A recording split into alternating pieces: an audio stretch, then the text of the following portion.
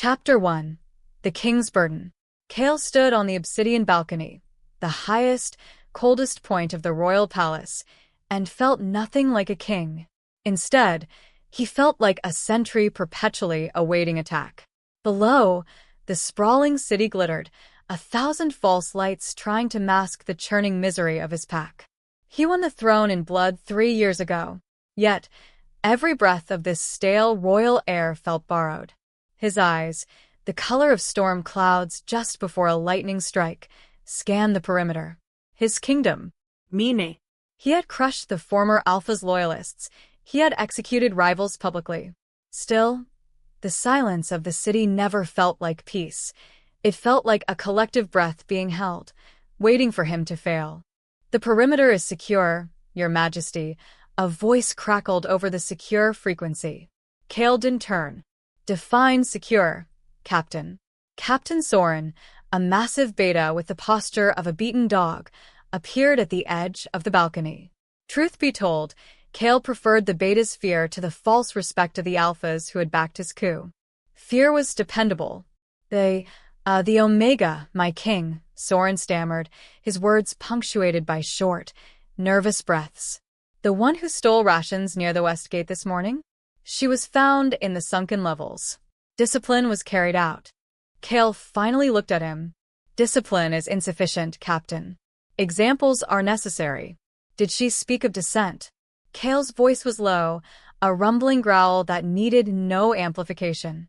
Because absolute order demanded absolute severity, he needed to crush every minor infraction. "No, Your Majesty." "Just hunger." She begged for her pup. "Quiet." Kael cut him off sharply, his eye twitching. The word pup was like grit under his skin. The former regime encouraged this weakness, begging, stealing, sentiment. "We are wolves, Soren. We take what we need or we die." What followed was a silence, so thick it felt like velvet choking the air. Soren bowed lower, his muscles visibly trembling. He knew Kael wasn't just talking about a dead Omega. He was talking about the persistent rumor, the one that whispered the former king's gentle, nurturing nature was exactly what Kael had destroyed. "See that the body is displayed near the west gate," Kael ordered, his tone flat, final. A reminder. He watched Soren retreat, the sound of the beta's footsteps fading quickly. Kael returned to the ledge, resting his massive forearms on the cold stone. Was it enough? The question was always there, an icy worm in his gut. Will the shadow ever truly lift? Not only that, the burden of constant vigilance was exhausting. Meanwhile, in the deepest recesses of the Pack City, far below the glittering veneer of Kael's palace, a different kind of life was beginning in the shadows, a life he desperately needed to extinguish. Chapter 2. A Dinner of Fear.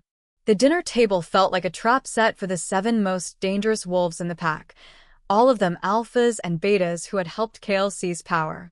The room, dripping in gold leaf and heavy crimson velvet, was meant to project wealth and security, but Kael only felt the suffocating heat of their ambition. "My king, the new trade routes through the southern marches are stabilized," Alpha Torvin boomed, trying too hard to sound enthusiastic. He leaned forward, flashing a forced smile. "Your iron fist approach has been clarifying." Kael only nodded, cutting into a piece of roasted stag. The meat was rich, but Kael tasted only the dry metallic flavor of anxiety. Rather than offer praise, Kael directed his gaze at Beta Lysandra, who hadn't spoken since the soup course. "Lysandra," he drawled, his voice slow and deliberate. "I hear whispers that the families in the northern district are stockpiling grain. They claim the tariffs are too steep." Lysandra visibly stiffened. She was clever and calculating, a dangerous combination. Because of that, Kael watched her closer than anyone. Her eyes, usually shrewd and assessing, darted toward Torvin for a brief moment, a micro-expression of shared dissent that Kael's senses instantly catalogued. "They are merely preparing for the winter, Your Majesty," Lysandra replied smoothly. Her hands were folded too tightly in her lap. "It's tradition, nothing more." "Tradition." Kael echoed the word, making it sound like a disease.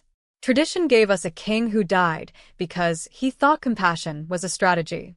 In that moment, Kael felt the need to remind them all of the price of weakness and of the cost of their current comfort. "Remember Camila?"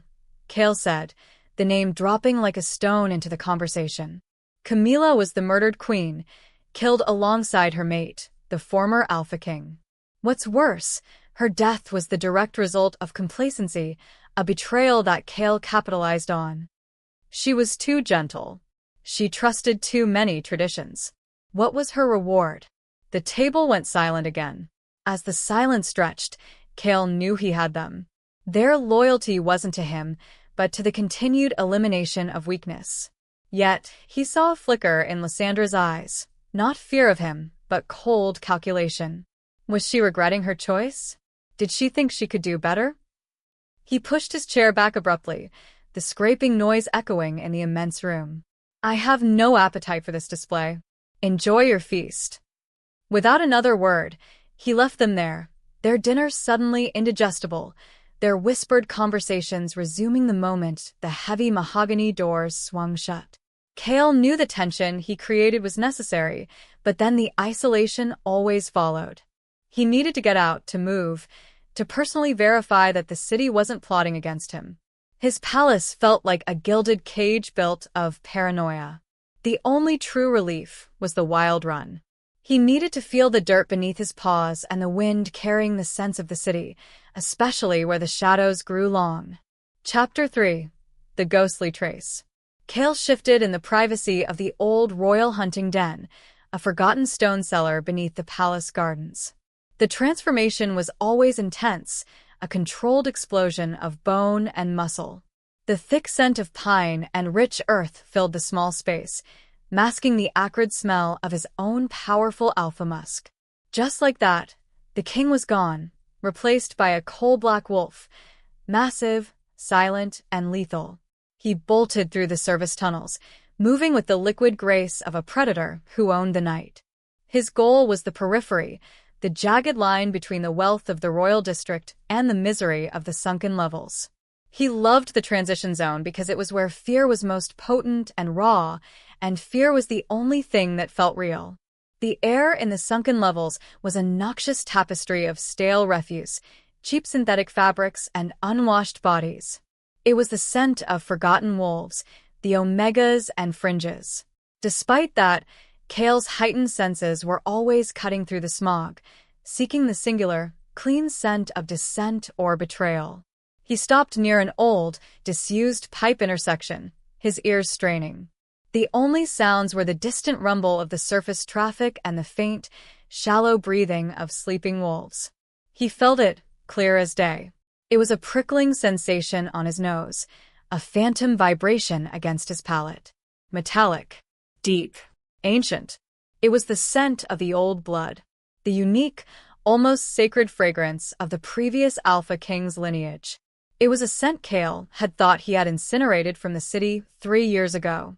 It was so faint, like a memory carried on a single, dying molecule of air, yet it struck him with the force of a physical blow, freezing the blood in his veins. Impossible. He began to circle the crumbling concrete foundation, his hackles rising. His massive black fur stood on end. As the wind shifted, the scent vanished, leaving only the mundane stench of poverty. Had his paranoia finally cracked his mind? Was the isolation bringing him delusions? Kael dismissed it, trying to rationalize. It must be a residual scent clinging to an old, hidden garment. He had to believe that because if that scent was real, it meant the children had survived. Which meant his reign was a lie, and every drop of blood he spilled had been for nothing. The core emotional question hit him then. Can stolen power ever feel truly secure? No. Not while this ghost lingered. With every heartbeat, Kael felt the invisible thread tightening. He pawed at the dirt, then raised his head in a primal howl that died instantly in his throat, muffled by his own control. He found no source. He was alone with the terrifying notion that the very memory of the old king was trying to pull his crown away. He had to find the source. He had to silence the memory. Before he could move, he picked up a new, subtle, but disturbing detail, A cleaner, fresher trail of the metallic scent, mingling with the common smell of bleach and soap, moving quickly away from the area, heading deeper into the sunken levels. The scent was on someone, and that someone was running. Chapter 4. The Unmistakable Beacon. Kael did not wait for the sun. The metallic scent was a siren blaring in his mind, stripping away the calm veneer of his alpha dominance. Because of that, he spent the rest of the night circling the sunken levels, not in wolf form, that was too conspicuous now, but disguised in the heavy cloak and shadows of a fringe wolf on the night shift. He had to see, to know, the vessel carrying the ghost of his rival. Come morning, the air was thick with the smell of stale cooking oil and damp concrete. Kael ordered his most trusted and most terrified beta, Uruk, to flood the sector with covert surveillance. Instead of waiting for reports, Kael returned to the pipe junction, his eyes narrowed to slits. He felt the low burn of rage in his chest. How dare they survive? The crucial moment arrived near a filthy, crowded market alley. Kael saw her. Elara. She was an Omega, maybe early 20s, small and slight, dressed in faded, serviceable clothes. She carried a basket of cheap bread and moved with a kind of willful invisibility. Not only that, her head was perpetually down, her shoulders hunched, the perfect picture of a wolf trying to vanish into the pack's lowest ranks. An invisibility Elara cultivated precisely because she believed her rank defined her worth. As she squeezed past a fruit stall, she brushed against an old, rusted pipe. In that moment, as her body heat radiated, the faint, rich, sacred scent of the former Alpha King's bloodline bloomed around her. It was momentarily sharp and clear, like a single, perfect note played in the middle of a discordant clamor. Which meant the scent wasn't from her. It was on her. She was a cleaner, a vessel, an unwitting courier for something dangerous. Kael's mind spun. As the truth unraveled, he realized this was no patsy. This was the key. He had to capture this Omega, Elara, not to punish her, but to find out what object she was carrying or what person she had touched. His heart pounded so loudly, it was the only sound in the suffocating silence. He fought the primal urge to shift, to snarl, to claim her immediately. Yet, she slipped into a dilapidated building, her hovel, before Kael could move. He gripped the rough stone wall until his knuckles turned white. He couldn't risk an immediate, public grab. He needed silence, secrecy, and proof. Because if the bloodline was confirmed, his rivals would use it to rip him apart before he could execute them. Find me the Omega named Elara. Kael hissed into his comlink, his voice a low, terrifying growl. Quietly. Bring her to me alive. Bring her now. He left the market. The scent of metallic blood and cheap bleach burned into his senses, a toxic, captivating mixture. From there, his hunt became a dedicated, relentless obsession. Chapter 5. Interrogation and Frustration. The capture team failed. Miserably. Empty, Your Majesty, Uruk reported, standing rigid in the dark, cold antechamber Kael used for sensitive interrogations.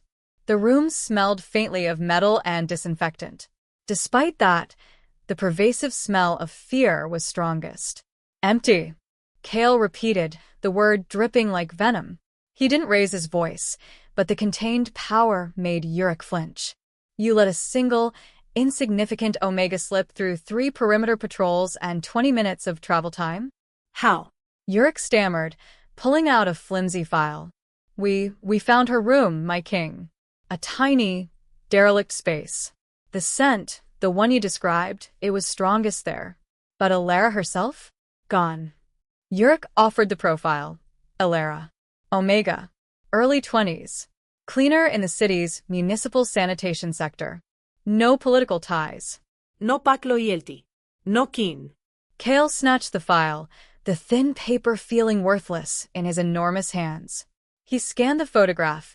Her eyes were huge, wary, like a startled deer. She didn't know what scared her more than life itself. She was a nobody, a phantom. Why would the royal lineage scent cling to her? It doesn't reconcile, Kael muttered, pacing the cold stone floor. Because the scent was so potent it should belong to an alpha or beta, someone of substance, someone he knew. A cleaner. She wipes away waste. She handles filth. Why is she carrying the gold? To make things worse, the idea that Elara was a patsy, a vessel, solidified in his mind. She must have taken an object of immense power, perhaps a hidden royal relic or a blood-soaked piece of fabric from the murder scene, and hidden it away. Maybe it was fate, he pondered darkly, that the lowest rank was being used by the highest ghost. She's an Omega, my king, Yurik offered, thinking he was helping. They are often skittish. She probably ran in panic. Kael stopped pacing and locked eyes with Yurik. No. Panic makes wolves predictable, Captain. She ran with a plan. She didn't know what scared her more, me or losing whatever she hides. Which means she is protecting something more valuable than her own life. Kael felt a surge of respect, quickly smothered by resentment. He slammed the file onto the table, locked down the main sewage and maintenance access points. She's a cleaner. She knows the neglected tunnels. As a result, she would choose the routes no alpha would ever touch. Tell the public it's a public health emergency. If anyone questions the quarantine, silence them. Kael felt the chilling thrill of the chase. This was personal now. He wasn't hunting a faction. He was hunting a single, insignificant female who dared to carry the ghost of his predecessor. But then, Kael saw a flicker of doubt in Yurik's eyes. The man was overworked, scared, and possibly wavering. The isolation of power felt heavy. Yurik, Kael said, the name a warning. If you fail me again, the punishment will be slow. Do you understand? Yes, my king, Yurik whispered, turning to leave. The scene was set. The king was pushing his command structure to the breaking point because of a ghost scent and a terrified Omega. Chapter 6. The Royal Flush. Kael couldn't trust Yurik or any of his guards to understand the urgency of the scent. The fear in their eyes was only of him. They didn't share his terror of the past. Deep down, he knew the truth. His reign would be perpetually unstable until the scent, the entire bloodline, was destroyed. That night, Kael returned to his true, black wolf form and entered the maintenance entrance closest to the palace foundation. This was the point of no return. He was leaving the safety of his throne room, descending into the dark beneath his own castle, the shadowed royal district's Undercroft, to hunt a mouse. The descent was immediate and visceral. The air changed instantly, heavy with the smell of wet earth, mildew, and rusted iron. It was cold, damp, and utterly silent save for the drip of water and the thud of Kael's heavy paws. The tunnels were narrow, forcing him to move low and carefully. She didn't know what scared her more, the dark or the paranoia that rode him. With his scent in the air, Kael felt the shift in his own psyche. Down here, the political maneuvering stopped. It was just predator and prey. His senses screamed in the darkness, amplified by the enclosure. He could hear the faint, low hum of the massive palace generators several levels above him. He was literally hunting under his own feet. Instead of the stale air of the sunken levels, the Undercroft held a fresher, though still faint, trail of the metallic scent. It was mixed with a new, confusing element. The light, clean scent of milk and something sickly sweet. The combination made Kael's blood run cold. Milk. Milk suggests feeding. Feeding suggests young. He stopped, his powerful muscles coiled, fighting the paralyzing terror. In the span of a breath, Kael felt the full, crushing weight of the revelation. It wasn't an object. It wasn't a relic. It was life. The Omega wasn't protecting a memory. She was protecting the surviving royal pups. He was flooded with the backstory. The former queen's children were rumored to have been non-scenting, a rare genetic anomaly that allowed them to hide. Because Kael relied entirely on scent to track and identify lineage, he had dismissed the rumors as impossible. But here it was, the bloodline, clinging to the skin of the only person who had nursed their mother, the only scent beacon in the city. A snarl, low and guttural, ripped from Kael's chest. This was not a hunt. This was a war for his sanity. He would not stop until he found them. The air thickened with his rage, the sound of his heavy, rhythmic breathing the only thing cutting through the darkness. He was locked into the conflict. There was no going back now. As the echo faded, Kael plunged deeper into the pitch black, determined to eliminate the source of his fear before the ghost of the former king could gather strength and reclaim his throne. Chapter 7. The Smell of the Past. The revelation, the presence of surviving royal pups, acted like a poison, transforming Kael's obsessive hunt into a visceral, suffocating rage. After that, every step he took in the Undercroft was a confirmation of his darkest fear. This place, once merely maintenance tunnels, now felt like the ghost of his predecessor's grave. The air, heavy with rot and humidity, fueled his disgust. He hated the Undercroft. It was the antithesis of the sharp, clean, controlled environment he maintained above ground. What followed was a forced confrontation with neglect. Thick webs, slick mildew, and the constant echo of dripping water. It was all a symbol of the old regime, which had allowed these things to fester just below the surface of their perfect world. Kael moved swiftly, his black fur absorbing the scant light. He found the Pups trail in a section choked with discarded palace furniture, broken velvet chairs, and water-stained portraits of ancestors he didn't recognize.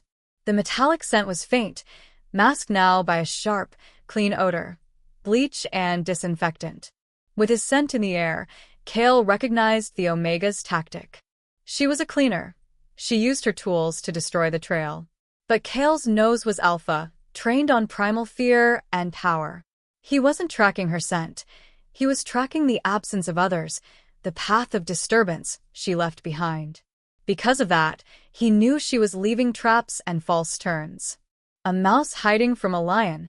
The thought brought a brief, savage sneer to his muzzle. But then, he found something that stopped him cold. A small, hand-drawn charcoal picture tucked into the frame of a broken painting. It was a crude sketch of a huge black wolf, Kael's own form, but drawn with massive, menacing teeth and cruel, storm-colored eyes. Underneath, a single child scrawl, "Monster." Kael stared at it. In that moment, he wasn't just facing a fugitive, he was facing a story. He realized Elara wasn't just running, she was instilling his image as a tyrant in the minds of the heirs. This wasn't just about power, it was about narrative control. They fear me. Good. But the simple drawing, the raw fear in the lines, clawed at the last remnants of his human sanity. As her wolf stirred, Kael crushed the paper under his paw. He needed to reassert control.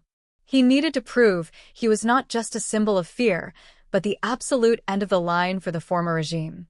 That's why he doubled back to the entrance, calling down his two most experienced beta trackers, Darian and Ziv. He couldn't afford to get lost in the symbolism of the Undercroft. He needed sharp eyes, not just scent. He needed to show them the fear, and that fear would drive their efficiency.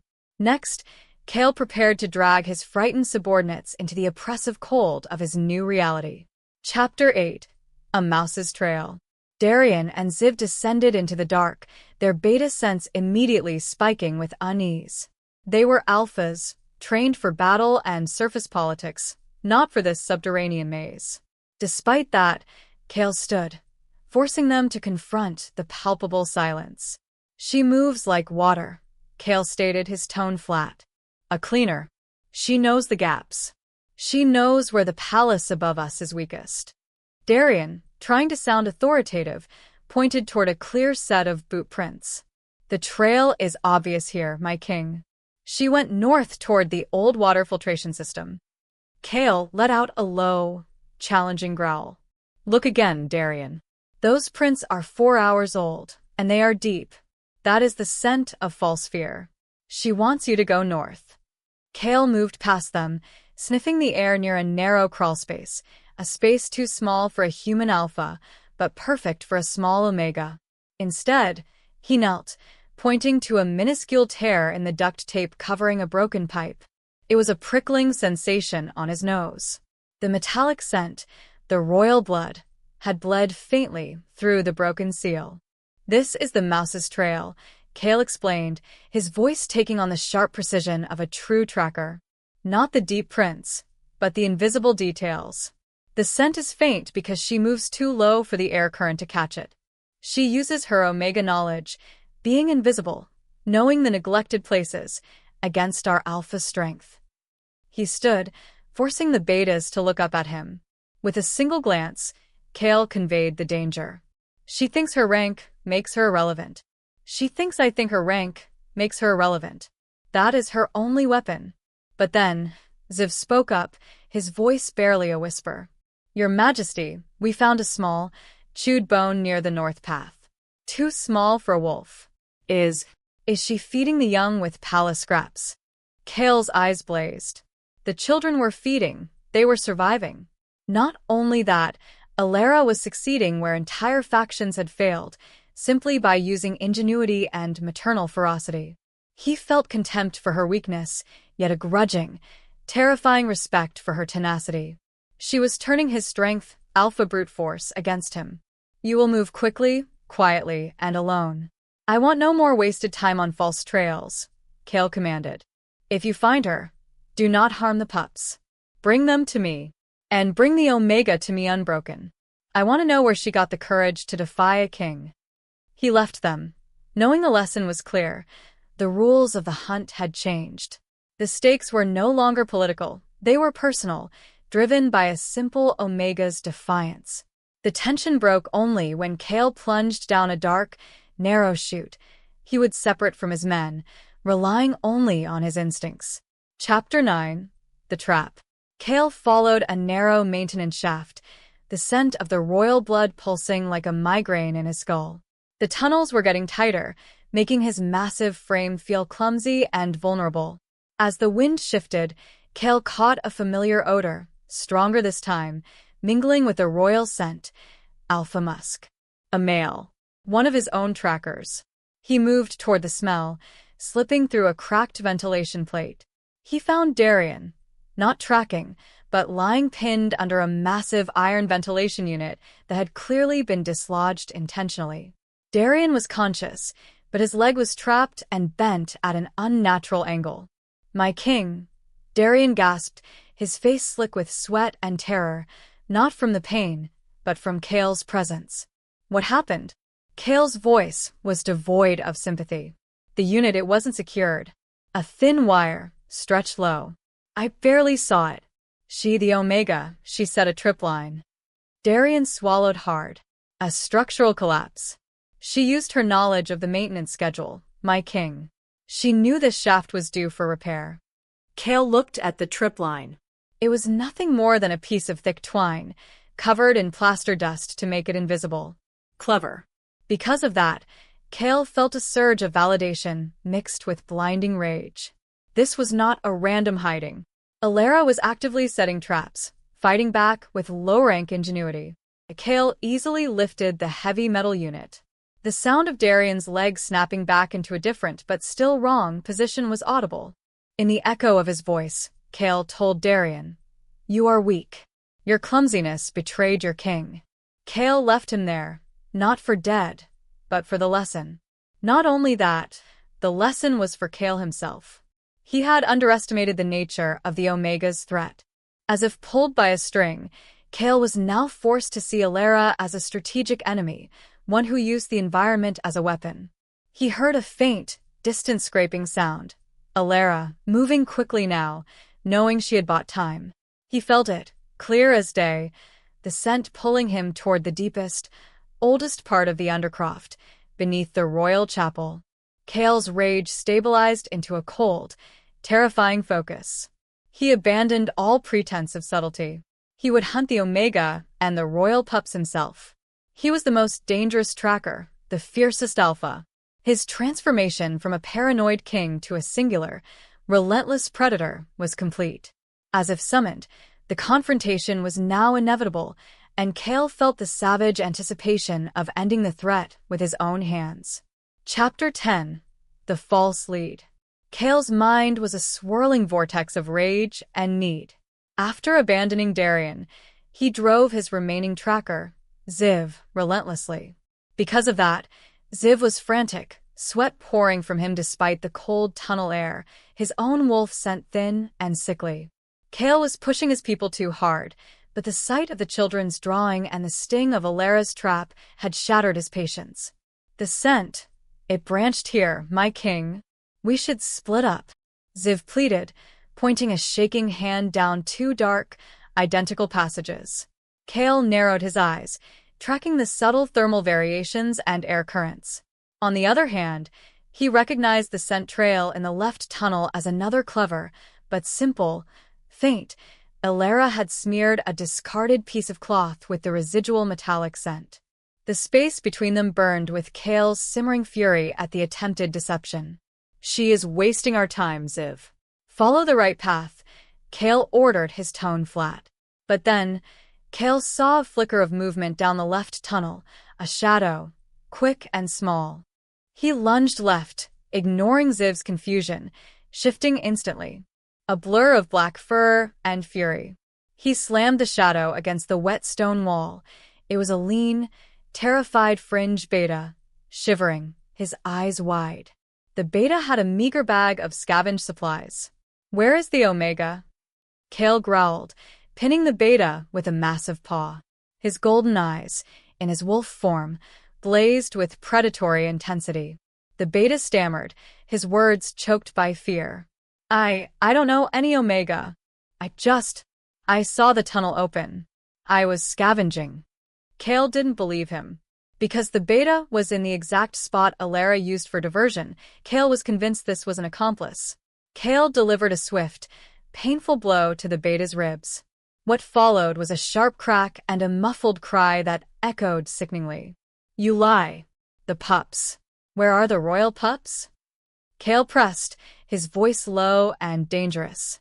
He needed to hear the words, to confirm his target. The beta only shook his head, tears streaming down his face. I swear, I only heard rumors of a ghost in the tunnels. Please, my king, I just want to feed my family. Kael studied genuine terror, the lack of hidden knowledge. Still, he felt the pressing urgency of time. He had wasted valuable minutes on nothing. He had brutalized an innocent wolf because his own paranoia had blurred the lines between enemy and victim. The realization tasted like bile. He released the beta with a shove, letting him crawl away into the darkness. Move, Ziv, Kael commanded, returning to human form, the transition jarring and violent. We track her. He didn't bother to address the trail. He had lost precious time and resources due to a self-defeating act of cruelty. As the bond pulsed with Kael's frantic need for control, he knew the next mistake could be fatal.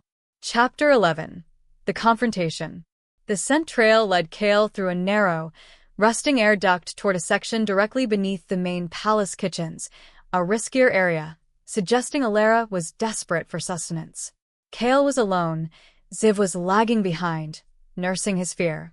Kael emerged into a forgotten storage room, dust motes dancing in the shaft of light from a broken ceiling grate. Without warning, he saw her. Elara. She was holding a single, small tin of condensed milk, her back to him. Stop right there, Omega. The voice was his alpha roar, deep and authoritative, designed to paralyze. Elara froze, dropping the tin, which clattered loudly and rolled into the shadows. She didn't scream, didn't beg. Not only that, she didn't even turn around fully to meet his gaze. She kept her head angled down, her body coiled, ready to flee, but fixed in place by his command. Kael advanced, his heart hammering in a mix of fury and savage excitement. The scent of the old blood was overpowering now, clinging to her skin, mixed with the frantic smell of her fear. The pups. Where are they? Instead of answering, Elara let out a small, breathless sound, a half-whimper, half-growl, a sound that was pure Omega, pure vulnerability. Yet, she didn't break eye contact with the floor. She refused to submit fully. But then, Kael realized her fear wasn't focused on him. It was focused on the doorway behind her. Midpoint shift, Kael's fury broke against her strange, silent defiance. He had cornered countless wolves, and they always broke. This one, a cleaner, a servant, the lowest of the low, was choosing her silence over her life. Why? Look at me, Kael demanded, stepping closer. He reached out, his hand wrapping around her slender arm. Her skin was warm, vibrating with tension. With every heartbeat, Kael felt the raw surge of her protectiveness, pure and fierce, radiating off her. It was maternal. It was powerful. It was alpha in its intensity, yet housed in the smallest frame. "You are protecting them," Kael whispered, the realization hitting him like a physical blow. He wasn't hunting a pawn. He was hunting a shield. He looked at her eyes for the first time, huge, brown, and filled with a terror that held a core of absolute, unwavering resolve. Before she could move, Kael released her, reeling back a half step. He was momentarily confused, thrown off balance by her unexpected strength and the deep, unsettling power of her silent refusal. He couldn't kill her here. He needed to know what she would sacrifice herself for. As if the world narrowed, Elara darted past him and vanished into the shadows, leaving only the scent of the bloodline on his skin. Kael let her go, preoccupied with the terrifying implication. He was hunting a true believer, not a fugitive. Chapter 12. Paranoia confirmed. Kael didn't return to the Undercroft immediately. He returned to the palace, needing the structure and surveillance of his throne room to process the seismic shift the Omega had caused. He couldn't risk the hunt until he had a full confirmation, because now he knew the stakes were the entire future of the pack. He called in his highest-ranking court advisor, a sly, thin alpha named Corvus, notorious for his web of informants. "Corvus," Kael stated, not asking. "The former queen's children. The rumor of the non-scenting anomaly. Confirm it." Corvus paled, shuffling the stack of unnecessary papers he always carried. "Your Majesty," that was dismissed as common gossip, propagated by the grieving Omegas who adored the former queens. He paused, searching for a safe word. "Leniency." "Confirm it," Kael roared, his rage finally breaking free. The sound vibrated the windows. The tension broke with the force of his alpha command.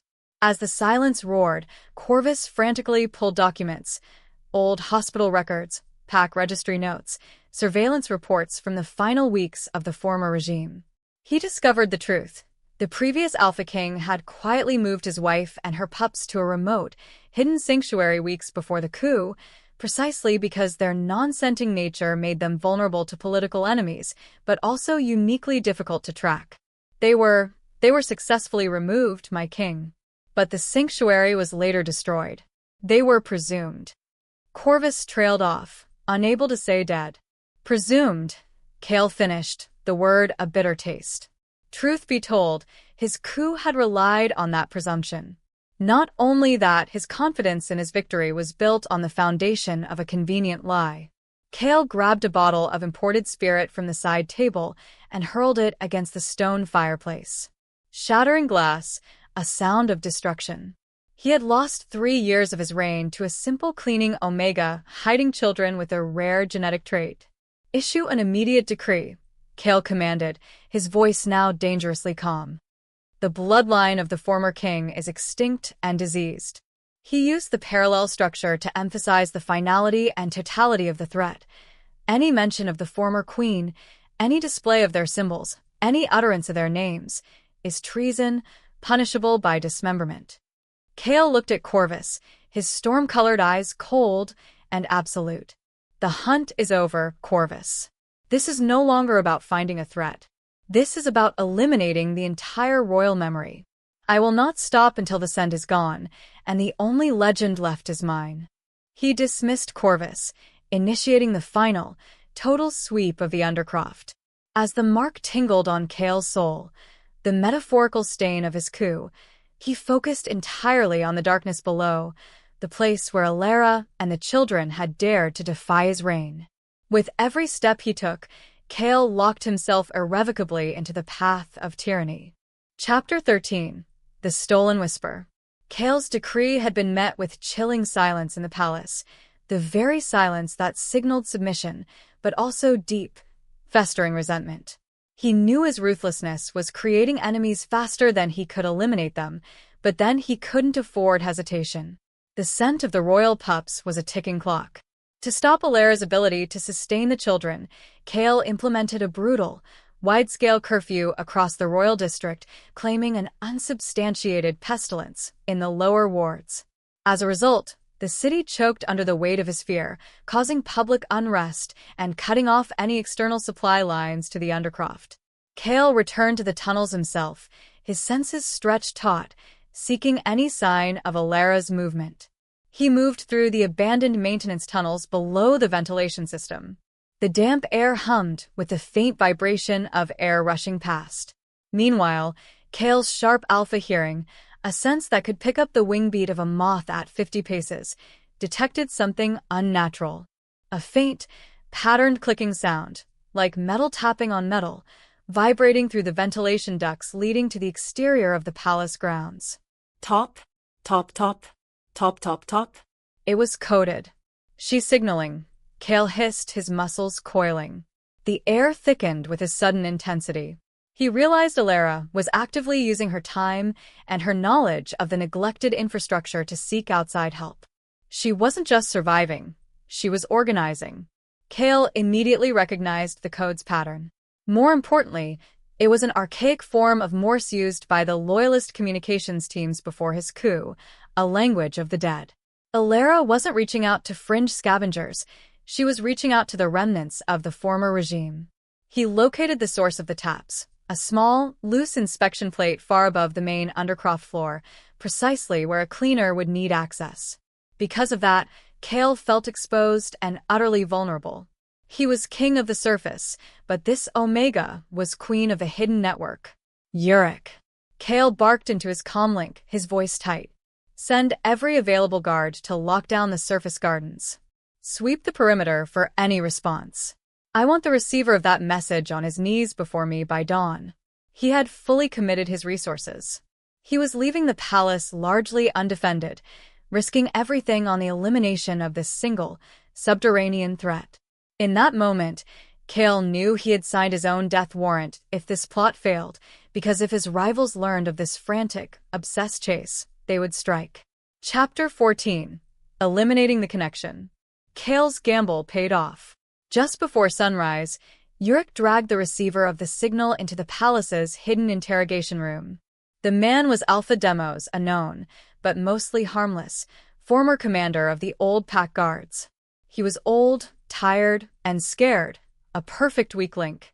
Kael, standing over the man, spoke with the terrifying calm of a butcher. The message, Demos. What did she send? Demos, bruised and slumped in the chair, tried to play dumb.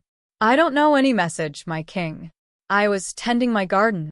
Kael interrupted, delivering a short, sharp kick to the side of the chair. The metal shrieked against the stone floor.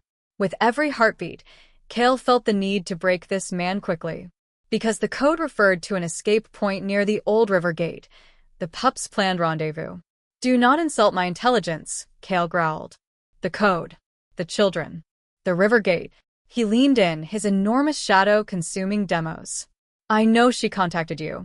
Tell me the rendezvous, and I will let you live.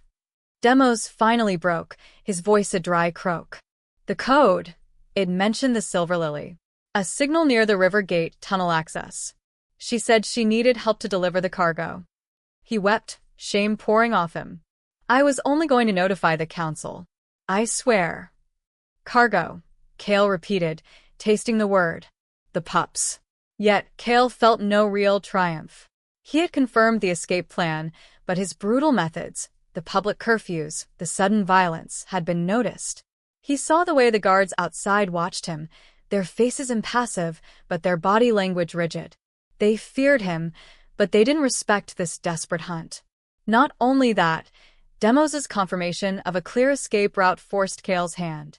He couldn't trust his guards to eliminate the Pups, because their hidden loyalty might resurface at the sight of the children. He had to go to the river gate himself. Corvus, Kael ordered, speaking to the spy master who watched the interrogation with professional detachment. Demos is a necessary casualty. Spread the word that he was caught plotting with surface scavengers.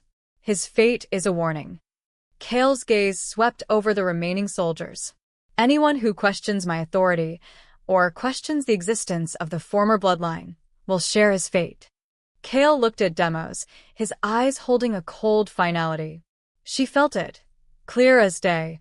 The Omega's final act of defiance was about to be neutralized. His commitment was sealed. He would personally intercept the Pups and destroy them, regardless of the consequences for his own fragile legitimacy. Chapter 15. The Public Declaration. Kael left the interrogation room and walked directly to the Grand Hall, the immense, echoing space reserved for formal declarations. He was dressed in his black, fur-trimmed leathers, his presence imposing and deadly. The remaining court, a dozen cowed alphas and betas, including the calculating Lysandra, were assembled. Their faces were pale, having already heard the rumors of Demos's brutal end and the wide-scale Undercroft sweep. Kael mounted the dais. He didn't wait for an introduction. As the silence roared, he surveyed his court. "I have secured the boundaries of this kingdom," Kael announced, his voice powerful, echoing off the high ceilings. "The filth and weakness of the lower wards, the so-called fringe elements, have been identified and isolated. We have excised the rot that threatened to climb up into our clean society." He paused, letting the silence stretch, forcing them to absorb the unspoken threat. With every heartbeat, Kael felt his power solidify, but it was a cold, lonely power. "Let the word be known," Kael declared, his gaze locking directly onto Lysandra. He used the parallel structure to drive the fear home. The bloodline of the weak king is not only extinguished, it is diseased. He paused again. Any belief in their continued existence, any sympathy for their legacy, or any utterance of their names, is a direct act of treason against the throne and against the purity of the pack. Lysandra met his gaze, her expression unreadable. She was smart enough to hide her fear, but then the calculation was still there. She was weighing the risks. Did she think Kael was overreaching? Was this the crack she needed? "We hunt ghosts, Your Majesty." Torvin, one of the stronger alphas, finally dared to ask, his voice tight with skepticism. "We eliminate weakness," Kael corrected, leaning forward. "We eliminate the possibility of fear. Because a true king rules through strength, not through sentiment." He raised his hand, a clear, final gesture. "The former queen's bloodline is extinct. Let the pack look forward. Let the pack be strong." Kael felt the thrill of the tyrant. He had declared the lie publicly, making it treason to even breathe the truth. And just like that, everything changed. The hunt in the Undercroft was no longer a secret obsession. It was the final, righteous act of a powerful alpha king crushing the remnants of a failed regime. The stakes for Elara and the Pups were now absolute death, not just political, but ceremonial. He looked toward the doors, the shadow of the Undercroft waiting for him. As if fate demanded it, Kael knew he would be there when the Omega arrived at the river gate. He would personally ensure the elimination of the final trace of the past. Chapter 16. The Cornered Prey. Kael led a small, hyper-effective tracking team, 3 hand-picked betas he knew feared him more than the grave, into the deepest, oldest sections of the Undercroft. They were far beneath the royal chapel now, the tunnels narrow, damp, and smelling overwhelmingly of decay and trapped history. After that, the only thing driving Kael was the metallic, sweet milk scent of the royal pups. The scent led them to a maintenance chamber, a small, dark, stone box used for storing defunct ventilation components. Without thinking, Kael signaled his team to secure the entrances. He stepped through the main aperture, his heart surging with a dark, triumphant satisfaction. And there she was, Elara. She was huddled in the corner, her back pressed against the crumbling stone, her eyes wide. She was filthy, exhausted, and visibly trembling, but her slender arms were wrapped protectively around 2 small bundles of blankets. She felt it, clear as day, Kael's presence, the crushing weight of his alpha aura, the finality of the chase. The bundles shifted. Kael saw a tiny hand, then a shock of pale hair, and finally, a pair of wide, unblinking brown eyes. 2 pups. One perhaps 2 years old. They were alive. They were real. In that moment, Kael felt a shocking, unexpected wave of unease. He had been hunting an idea, a political threat, a ghost of memory. He had not prepared for the sight of reality. They were small, vulnerable.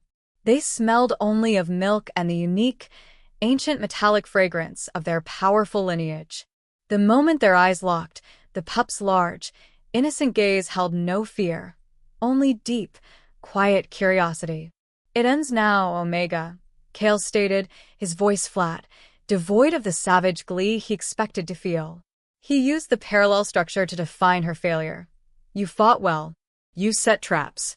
You sent messages. But you failed to protect the line." Elara didn't look at him. She looked at his boots, then back at the children. As the silence stretched, she slowly shook her head, a gesture of quiet, heartbreaking defiance. She tightened her arms, shielding the tiny bodies. Kael stepped closer, raising his massive hand. This was it, the final act of tyranny. He could feel the power in his palm, the certainty of his reign. Yet, the sight of the vulnerable pups was unexpectedly unsettling. They were the embodiment of the ghost he hunted, but they were also just children. He felt momentarily secure, but then the deep, instinctual fear began to gnaw. The true power is the future, and I am destroying it. His hesitation, however slight, would prove fatal. Chapter 17. The Ghost's Voice. Kael was seconds from crushing the pups when Elara moved. It was not an attack, but an act of pure, desperate sacrifice. She screamed, a raw, terrifying sound that reverberated off the stone walls and threw her slender body violently against the weakest, most crumbling section of the maintenance chamber. Without warning, the old, dry mortar gave way with a horrific grinding noise, sending a cascade of heavy, sharp stone and dust crashing down. "Run! Run!" Elara shrieked at the pups. Kael lunged, not to grab her, but to shield his face from the blinding debris. A large, jagged piece of concrete caught him on the side of the head. In the span of a breath, Kael felt the sudden, searing pain and the immediate, sickening warmth of blood rushing down his neck. As the world narrowed, Kael staggered back, roaring, the pure, untamed sound of an injured alpha. His betas immediately rushed the chamber, but the dust was too thick, the debris too high. Kael fought through the white haze, shaking his head to clear the stars behind his eyes. He realized the pups were gone, scrambled away through a narrow gap in the debris created by Elara's sacrifice. Elara herself lay still, half-buried, pinned by a crossbeam, breathing shallowly. As the silence roared in the immediate wake of the collapse, Kael tended to the gash on his head, the metallic tang of his own blood mixing with the lingering scent of the pups. The scent was strongest on him now, clinging to his fur, his wounds. But then, in his paranoid, injured state, lying defeated in the dark tomb of the Undercroft, Kael heard it.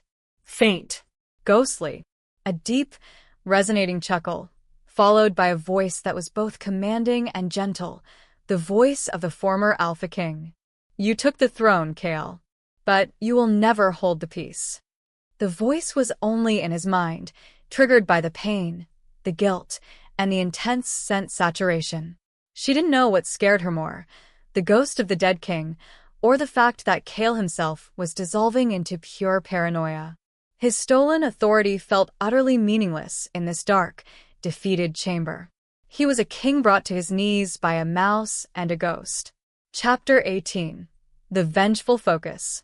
Kael shook off the delusion, gripping the collapsing wall until the stone bit into his palms.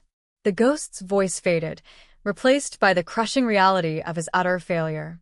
As the echo faded, he stared at the narrow gap in the wall. The pups had escaped the Undercroft, leaving Elara behind as the decoy. It was an act of pure, calculated sacrifice. He looked at Elara, half-conscious beneath the crossbeam. She was broken, but she had succeeded. The confrontation with true devotion terrified him more than any rebellion. Elara was doing what he, the king, could not sacrifice for a cause greater than self-preservation. The escape point, Kael choked out, his voice raw. The river gate. She won't talk. He dismissed the remaining betas, unable to hide his physical and psychological pain. Despite that, a terrifying clarity settled over him. His new goal was simple, stripped of all political pretense. Capture Elara alive to force her to reveal the final destination of the pups, then kill her. He used the jagged edge of a broken stone to sever the rope tied around the crossbeam, lifting the weight off Elara's small body. She gasped, her eyes flickering open. The moment their eyes locked, Kael saw a profound lack of terror, replaced by a deep, quiet triumph. "They're safe," she whispered, her voice cracked. "You lose, Kael." Kael delivered a non-lethal, paralyzing strike to her temple. He couldn't kill her, not yet. He needed her knowledge. She felt it, clear as day, the cold resolve of a king who had nothing left to lose. He tossed her limp, slight body over his shoulder like a sack of unwanted goods. He dragged himself back towards the palace grounds, ignoring the searing pain in his head and the weight of his own failure. He was obsessed with the final showdown, the public failure he knew was imminent, but he would not enter it without the one wolf who held the answers. With his scent in the air, Kael emerged from the darkness, carrying his trophy and the crushing weight of his initial paranoia realized, ready for the final, desperate confrontation on the surface. Chapter 19. The Scent Trail Renewed. Kael emerged from the Undercroft maintenance hatch near the old stables, a site rarely used, hidden by thick, overgrown ivy. He was a terrifying sight. His powerful form was caked in grime and blood, his black leather garments torn, and the wound on his temple oozing darkly. He held the unconscious Elara draped over his shoulder, her slight weight a stark contrast to his enormous, bruised frame. As the wind shifted, the surface air hit him, cleaner, sharper, but instantly saturated with the fresh scent trail. The pups had made their move. The metallic, sacred scent of the former king's bloodline was strong now, covering the ground and Elara's clothing as she had made her desperate run. As if pulled by a string, Kael's instinct surged, overriding the exhaustion and the pain of his head wound. He gently, almost reverently, lowered Elara to the packed dirt beside the hatch, securing her with quick restraints. He needed both hands free. He felt it, clear as day. The hunt was almost over. He was no longer thinking about political retribution. He was thinking about obliteration. He stood, shifting into his massive, shadow-black wolf form, the final transformation of the predator. Because his physical strength returned instantly, the world narrowed to the single, clean line of the scent trail heading across the sprawling, manicured lawns of the outer royal district grounds. The scent is strong. He took off, a silent, powerful blur against the false tranquility of the pre-dawn gardens. The grass was cold and wet beneath his paws. Next, he noticed the trail was reckless, desperate, not the careful, clever movements of a resourceful cleaner, but the panicked flight of a protector making a final, frantic dash. Not only that, the scent of the pups was mingling with a new, stronger odor. The rich, earthy scent of surface wolves. The loyalists, Demos's contacts, were close. They were awaiting the pups near the river gate. Kael covered the ground with frightening speed. His mind was hyper-focused, savagely determined. In that moment, he wasn't just chasing the heirs. He was chasing the ghost of the former king, determined to silence the internal ridicule and the external threat forever. Chapter 20. The Lore. Kael followed the fresh trail, his lungs burning with the exertion. Instead of leading directly toward the shadowed, hidden river gate access point, the trail curved, running straight toward the central fountain, the most visible, public part of the palace grounds. Kael halted, skidding on the slick, dew-covered lawn. As the truth unraveled, he understood Elara's terrifying intention. This wasn't a mistake, it was a lure. Elara, even unconscious, was manipulating him. She had calculated that if she ran straight to the rendezvous, Kael would kill the pups in the shadows. But if she ran to the fountain, the most open space, Kael would be forced to confront her publicly. Un public spectacle. A public witness to the tyranny. The realization sent a fresh wave of blinding rage through him. What followed was a low, rattling growl that shook his massive shoulders. He had been tricked by an Omega, forced to choose between political exposure and eliminating the threat. That's why she made the pups run this route, to control his actions, even in her absence. He shifted back to human form, needing the control of his hands and the authority of his voice, knowing the loyalists and potentially even his own early morning staff were watching. But then he saw them. Two small shapes, pale against the dark stone, near the massive fountain basin.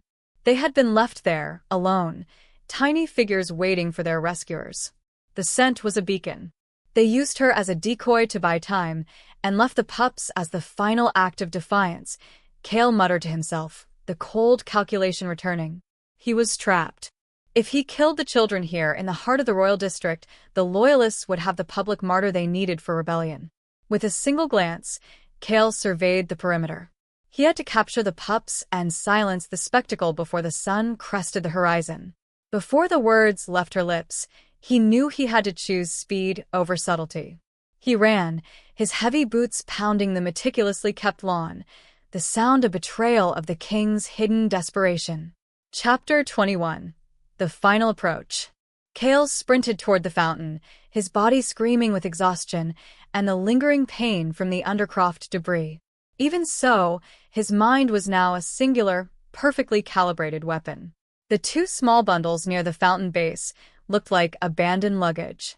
They were utterly still, the terror having either paralyzed them or numbed them entirely.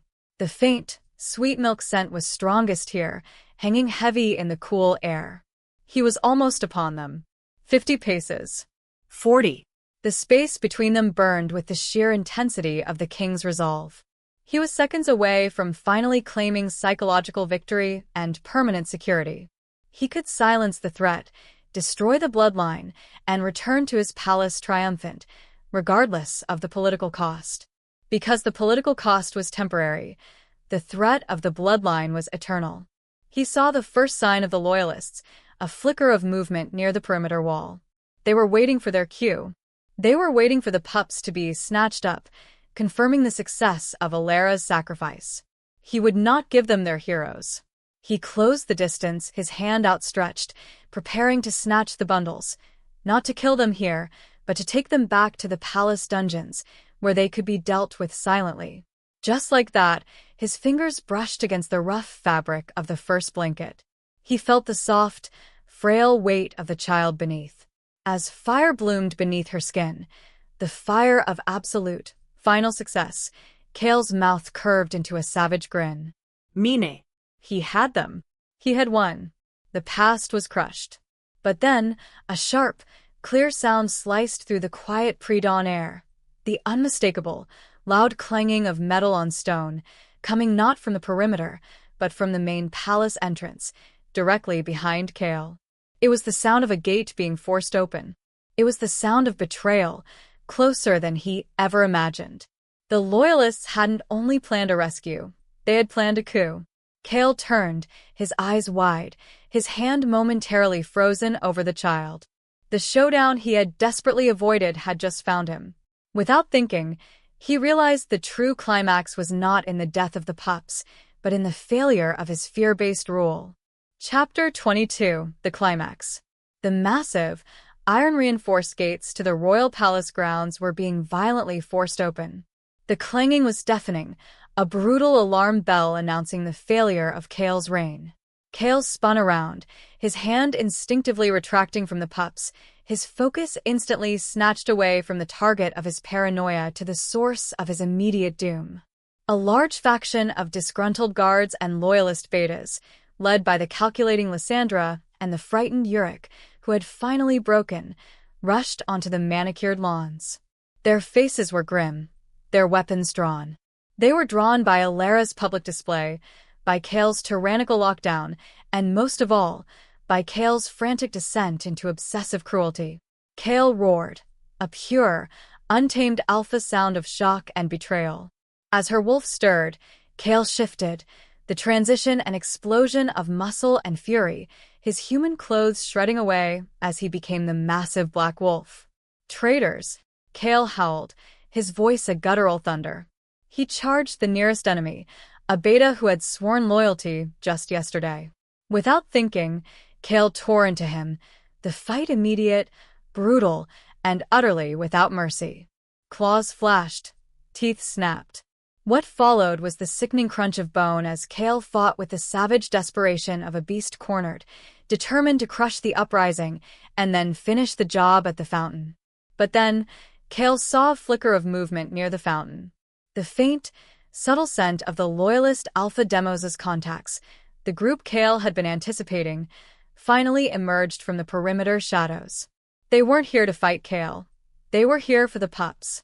Meanwhile, Lysandra, cold and composed amidst the chaos, shouted over the roar of the fight. He hunted children. He betrayed the pack's future for his paranoia. End him. Kael was attacked, not by Elara, but by his own disillusioned troops. As the air thickened with a sense of blood, fear, and battle, Kael realized the pups were being scooped up by the stealth loyalists and carried toward the River Gate escape point. He had lost them. He had lost everything. Before either could speak, Kael threw off two betas clinging to his back and lunged toward the fountain, but Lysandra intersected him. A thick iron pipe suddenly materialized in her hands. She struck him hard across the snout.